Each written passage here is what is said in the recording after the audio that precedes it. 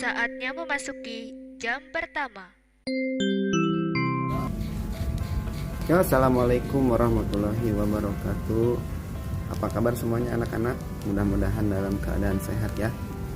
Kali ini yang akan kita bahas yaitu tentang toharoh ya, atau bersuci.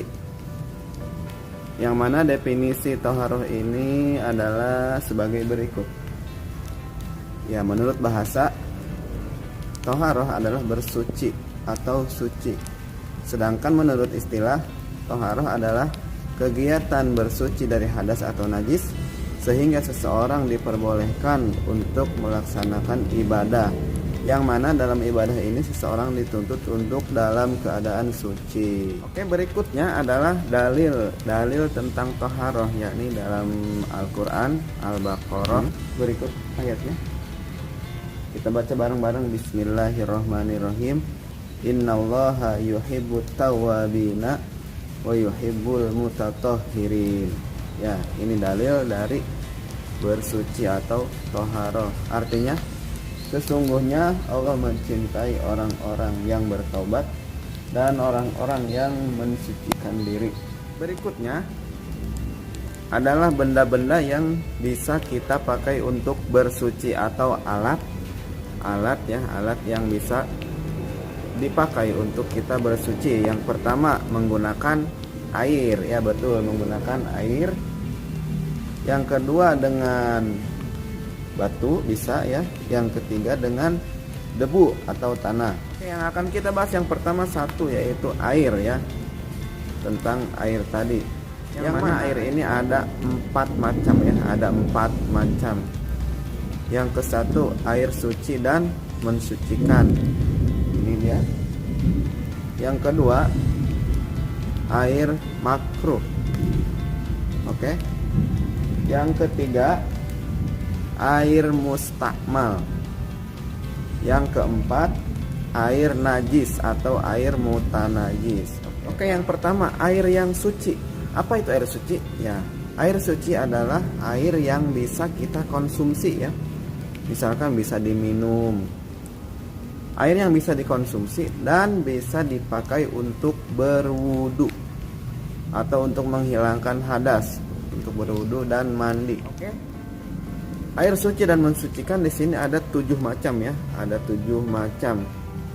Yang pertama air sungai, yang kedua air laut, yang ketiga air hujan, yang keempat air sumur, yang kelima sumber mata air, yang keenam air embun, yang ketujuh air salju ya, air salju juga bisa untuk pakai berwudu. Yang kedua adalah air yang makruh. Air yang makruh ini ada atau disebut juga air musyammas ya, yang mana air ini ada di dalam satu wadah seperti digambar. Ada dalam satu wadah besi atau baja atau kaleng yang terkena sinar matahari dan air tersebut hangat ya. Atau misalkan dalam toren. Nih, dalam torennya berbahan kaleng ya, atau berbahan besi. Itu kepanasan. Nah, itu makruh untuk kita dipakai berwudu. Yang ketiga, air suci tapi tidak mensucikan ya. Yang mana air ini disebut air mustakmal, atau air yang sudah dipakai untuk berwudu. Misalkan dalam ember air itu terciprat atau tercampur dengan air bekas wudu, itu namanya air mustakmal, suci tapi tidak mensucikan. Terus selain air mustakmal ada juga air mutagoyar, atau air yang berubah warna, bau dan rasanya ya. Yang mana air ini suci tapi tidak mensucikan, tetapi bisa diminum, bisa dikonsumsi atau bisa diminum, seperti air teh,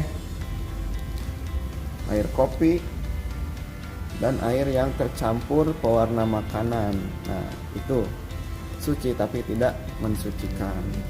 Ada yang terdapat dari buah-buahan ya, contohnya seperti di pohon kelapa nih, seperti buah kelapa ini kan ada airnya.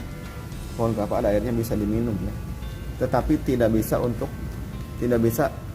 untuk dipakai bersuci atau tidak bisa dipakai berwudu. Nah, itulah air suci tapi tidak mensucikan.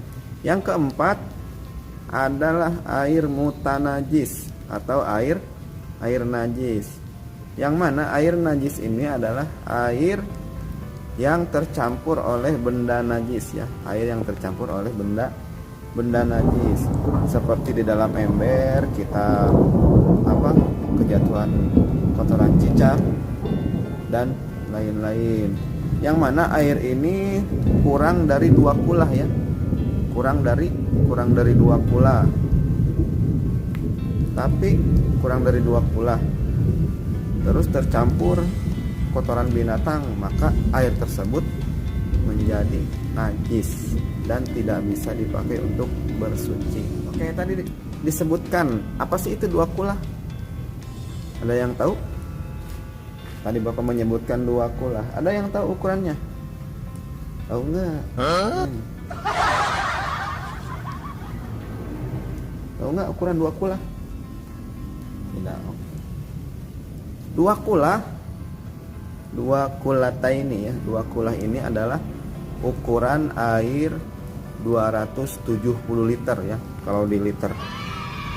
Tetapi kalau lebih dari itu bisa disebut 2 kulah. Misalnya segitu dulu pembahasan kita hari ini tentang toharoh ya.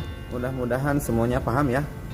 Oke, sampai jumpa di minggu depan dengan pelajaran yang berbeda, yaitu minggu depan akan kita bahas tentang bagaimana cara bersuci menggunakan selain air ya, yaitu dengan batu dan tayamum. Oke, kurang lebihnya Bapak mohon maaf.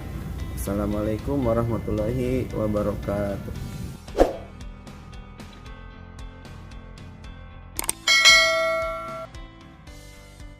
Jika hidup sebuah